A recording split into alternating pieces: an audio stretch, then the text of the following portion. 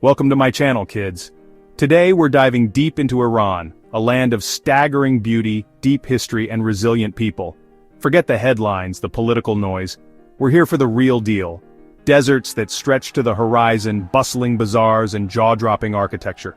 Buckle up because we're about to dive headfirst into 10 astonishing facts about Iran. Iran ain't just some sandpit. This place is huge, a sprawling tapestry of landscapes. Mountains that pierce the clouds, deserts vast and unforgiving, and hidden valleys bursting with greenery. Forests clinging to slopes where wolves still roam, and the silence is almost deafening. The Caspian Sea to the north, a shimmering expanse of water that feels a world away from the arid south. Iran's a country of extremes, where the land itself seems to be in a constant state of flux. But that's what makes it so captivating, so beautiful. It's a place where nature will humble you, remind you of your place in the grand scheme of things. Forget everything you think you know about Middle Eastern capitals. Tehran ain't some dusty relic. This is a modern metropolis, a city buzzing with energy, where ancient history collides with 21st century hustle. Imagine 8 million souls crammed into a valley, ringed by the imposing Alborz Mountains, gleaming skyscrapers towering over ancient mosques, bazaars overflowing with goods, a riot of color and sound, and the food, Jesus, the food, slow-cooked stews, fragrant rice dishes, and freshly baked bread. Beneath the chaos there's a warmth, a sense of community that's rare in a city this size. Families gather in parks, sharing picnics and laughter. Old men smoke water pipes in tea houses, debating politics and life. Tehran will grab you by the throat and not let go. It's a city that's both exhilarating and exhausting, chaotic and charming. It's a microcosm of Iran itself, a place where contradictions collide and somehow, miraculously, work. You think bridges are just for getting from A to B? Think again. In Isfahan they take their bridges seriously, see them as works of art. The Sayos-Sapol, a 17th century masterpiece, will stop you dead in your tracks. 33 arches, perfectly symmetrical, spanning the Zayandeh River like a stone wave frozen in time. The arches create a series of vaulted spaces, each one offering a different perspective on the river and the city beyond. At night, the bridge is illuminated, its arches glowing like golden ribs against the velvet sky. It's a sight that'll make you believe in magic, in the power of human hands to create something truly extraordinary. A reminder that sometimes, even the most functional structures can be works of art. Look, I love a good kebab as much as the next guy, but to reduce Iranian cuisine to just that is a tragedy. This is a country with a culinary heritage that stretches back centuries, a tapestry of flavors woven from silk roads and ancient empires. Think saffron, cardamom, turmeric, rosewater, aromas that hit you like a warm embrace. Iranian food is all about balance, about creating a symphony of flavors that tantalize the palate. Take gourmet sabzi, a stew of herbs and lamb, or fesanjan, a rich and tangy dish of duck or chicken in a pomegranate and walnut sauce. Meals are a social affair, a time for families and friends to gather, to share stories and laughter over plates piled high with food. Come to Iran with an open mind, an adventurous palate, and an empty stomach. Trust me, you won't be disappointed. You want to talk about history? Real, bone-deep history that'll make the hairs on your neck stand on end?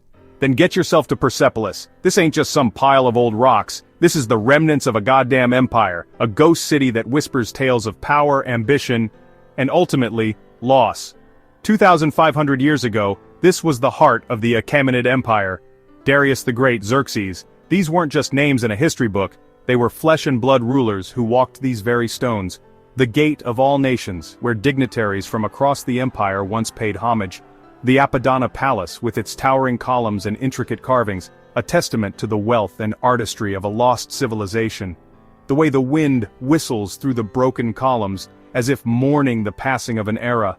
Standing here, amidst the ruins, you can't help but feel a sense of awe, a connection to something ancient and profound. This is where history comes alive, where the past reaches out to touch the present. Forget your fancy wind turbines, your high-tech renewable energy solutions. In Iran they've been harnessing the power of the wind for centuries, using a technology that's as elegant as it is effective, the windmills of Nashtifan. A cluster of towering structures, their sails billowing in the wind like giant, ghostly dancers. These ain't your cute little Dutch windmills. These are beasts, some of them reaching over 60 feet tall. The wind here is relentless, a constant force that shapes the landscape and the lives of the people who live here. But rather than fight it, the people of Nashtifan have learned to live in harmony with it, to harness its power for their own needs. It's a reminder that sometimes the old ways are the best, that simple solutions can be the most effective. The windmills of Nashtifan stand as a testament to the enduring power of tradition and the ingenuity of the human spirit. Alright, I'll admit it, I'm a sucker for a good mosque. The quiet grandeur, the intricate details, the way the light filters through the stained glass. It's enough to make even a cynical bastard like me feel something approaching peace. And when it comes to mosques, they don't get much better than the Imam Mosque in Isfahan. A symphony in tile, a riot of color and pattern that'll leave you breathless. Millions of hand-painted tiles forming swirling patterns of geometric and floral designs. The domes are covered in a mosaic of turquoise and azure, reflecting the desert sky. Step inside, away from the bustle of the city, and you're enveloped in a sense of tranquility that's almost tangible. Even if you're not religious, you can't help but be moved by the sheer beauty and serenity of this place. Alright, I know what you're thinking. Carpets? That's your big reveal? But trust me on this one, folks. Persian carpets ain't just floor coverings. They're goddamn works of art. Intricate tapestries woven with centuries of tradition, skill, and a whole lot of patience. Rugs so finely knotted, so densely packed with detail that they can take years to complete. Vibrant colors derived from natural dyes, deep reds, indigo blues, saffron yellows. The patterns are just as mesmerizing, often depicting scenes from nature, geometric motifs, or stories passed down through generations. These carpets are made to last, woven from wool, silk, or a combination of both. Owning a Persian carpet is like owning a piece of history, a tangible link to a rich cultural heritage. Let's be real, folks. Iran gets a bad rap in the media. All you hear about is politics, religion, restrictions. But what about the people? The everyday lives lived beneath the surface. The Iran beyond the headlines, the Iran I've come to know and love. It's a place of contradictions, sure, but also of warmth, hospitality, and a deep-rooted sense of community. Families gather on weekends for picnics in the park, the air filled with the smell of grilled meat and the sound of children's laughter. Young couples steal kisses in cafes, their eyes bright with love and a touch of rebellion. Life here isn't always easy, but there's a resilience, a determination to find joy in the everyday that's both humbling and inspiring. Come with an open mind and an open heart, and you might just be surprised at what you find. Alright, so we all know Iran sits on a sea of oil, right? It's the first thing everyone thinks of. And yeah, it's a major player in their economy, but to reduce this country to just its oil reserves is a disservice.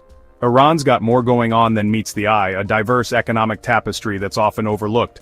Oil and gas, the lifeblood of many a nation.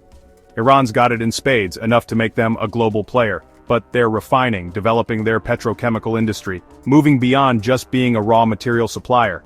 Then there's agriculture. This land, as harsh as it can be, is fertile. Wheat, rice, fruits, nuts, saffron, they even export a fair bit of it. So next time you're enjoying a pistachio, there's a good chance it came from Iran.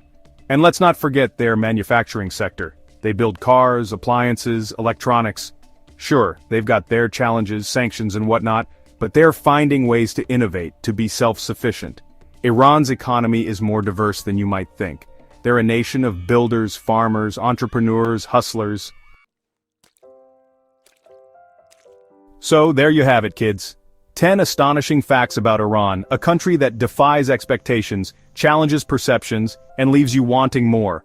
If this little journey taught us anything, it's that the world is a hell of a lot more complex, more nuanced, more fascinating than we often give it credit for. So get out there, explore, keep an open mind, and never ever stop being curious. For now, this is Mohammed 11, signing off from Iran. Stay hungry, stay curious, and I'll see you on the next adventure.